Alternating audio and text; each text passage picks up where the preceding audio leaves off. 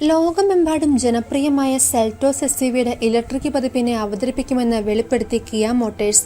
Chinese വിപണിയെ ഉദ്ദേശിച്ചുള്ള ഒരു പ്രാദേശിക നിർദ്ദിഷ്ട ഇവി ആയിരിക്കും സെൽറ്റോസ് ഇലക്ട്രിക്.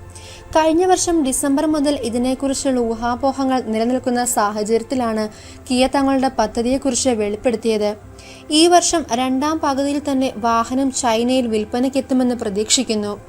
കിയ നേരത്തെ ചൈനയിൽ K3 ഇലക്ട്രിക് പുറത്തിറക്കിയിരുന്നു. ഒരു പ്രദേശ നിർദ്ദിഷ്ട ഇവി ആയിരുന്നു ഇത്. ജിയാങ്സു പ്രവിശ്യയിൽ സ്ഥിതി ചെയ്യുന്ന DYK ഓട്ടോമൊബൈൽ മാനുഫാക്ചറിംഗ് പ്ലാന്റിലാണ് കിയ സെൽറ്റോസ് ഇവി നിർമ്മിക്കുന്നത്. സെൽറ്റോസ് ഇലക്ട്രിക്കിനെ കുറിച്ചുള്ള വിശദാംശങ്ങൾ ഇനിയും പുറത്തു വന്നിട്ടില്ല. എങ്കിലും നിലവിൽ ഹ്യുണ്ടായ് കോന, കിയ സോൾ എന്നിവയിലും ബാറ്ററിയും മറ്റും കടമെടുത്താകും നിർമ്മാണം. 204 bhp ഉൽപ്പാദിപ്പിക്കുന്ന മോട്ടോറുമായി ബന്ധിപ്പിച്ചിരിക്കുന്ന 64 കിലോവാട്ട്സ് ബാറ്ററി പായ്ക്കാണ് കോന ഇലക്ട്രിക്കിൽ വാഗ്ദാനം ചെയ്യുന്നത്. ഒരൊറ്റ ചാർജിൽ 400 കിലോമീറ്ററാണ് കൊറിയൻ ബ്രാൻഡ് അവകാശപ്പെടുന്ന മൈലേജ്. ഇന്ത്യയിൽ കുറഞ്ഞ ശേഷിയുള്ള 39.2 കിലോവാട്ട് ബാറ്ററി പായ്ക്കും 136 bhp നൽകുന്ന മോട്ടോറുമാണ് കോന ഇവി വാഗ്ദാനം ചെയ്യുന്നത്. ഇന്ത്യയിൽ ARI സാക്ഷ്യപ്പെടുത്തിയ മൈലേജ് 452 കിലോമീറ്ററാണ്. എന്നിരുന്നാലും കോനയേക്കാൾ വലുതായതിനാൽ സെൽറ്റോസിന് മൈലേജ് താരതമ്യേന കുറവായിരിക്കുമെന്ന് പ്രതീക്ഷിക്കുന്നു. ചൈനീസ് വിപണിയിൽ മാത്രമുള്ള ഹ്യുണ്ടായ് ലാഫെസ്റ്റ ഇവിയിൽ നിന്ന് സെൽറ്റോസ് ഇവി ഘടകങ്ങൾ കടമെടുക്കാനും സാധ്യതയുണ്ട്.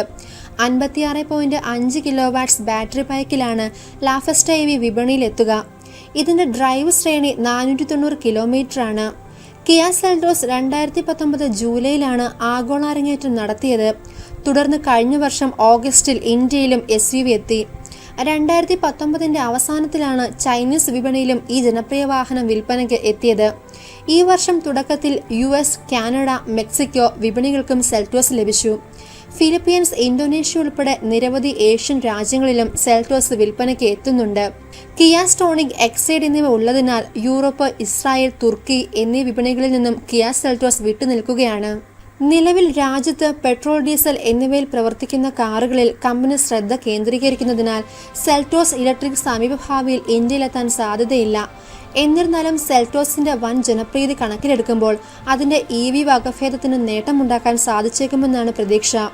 സെൽറ്റോസിനും കാർണിവലിനും ശേഷം കിയ ഈ വർഷം അവസാനം സോനറ്റ് എന്ന തങ്ങളുടെ മൂന്നാമത്തെ മോഡൽ ആഭ്യന്തര വിപണിയിൽ പുറത്തിറക്കും. 2021 കിയ ഇന്ത്യ നിർദ്ദിഷ്ട MPV മോഡൽ പുറത്തിറക്കുമെന്നും വാർത്തകളുണ്ട്.